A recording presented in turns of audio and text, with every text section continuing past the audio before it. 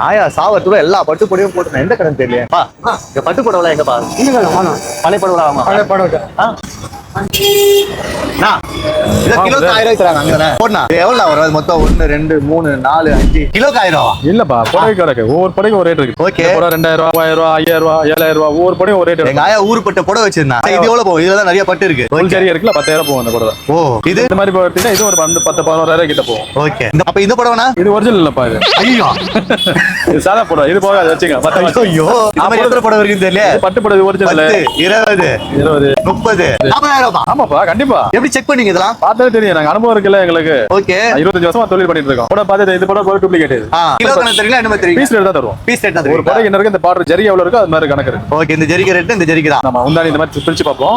ஓ இந்த மாதிரி ஜரிகை தான் நிறைய ரேட் போகும். ஜரி நிறைய இருக்கு. அது மாதிரி தான் நிறைய ரேட் போகும். இது எப்படி செக் பண்ணுவீங்க? இந்த வருஷம் பார்த்து செக் பண்ணி எடுப்போம் நம்ம. ஆமா கலர் மாறுமா? ஆமா கலர் மாறும். ஒயிட்டா வரும். ஓ ஒயிட்டா வரும். ஓ டவுட் இருந்தா ஆசீர்வாத் செக் பண்ணி பார்ப்போம். ஓகே. பொங்குது. ஆமா பொங்கல் ஆசீர்வாத் பொங்க தான் செய்யும். வெள்ளையா வரும். டூப்ளிகேட் அந்த மாதிரி பொங்காது. கேல எதுக்கு வச்சிருக்கீங்க? அளவு பார்டர் அளவு பாக்குறதுக்கு. இந்த மாதிரி பார்டர் இருக்கு இல்லீங்களா, அதுல சைஸ் பார்ப்போம். எத்தனை இன்ச் சொல்லிட்டு இந்த மாதிரி கணக்கு பார்ப்போம். இவ்வளவு பார்டர் இருக்கு. 3 இன்ச் இருக்கு. 3 இன்ச் இருக்கு.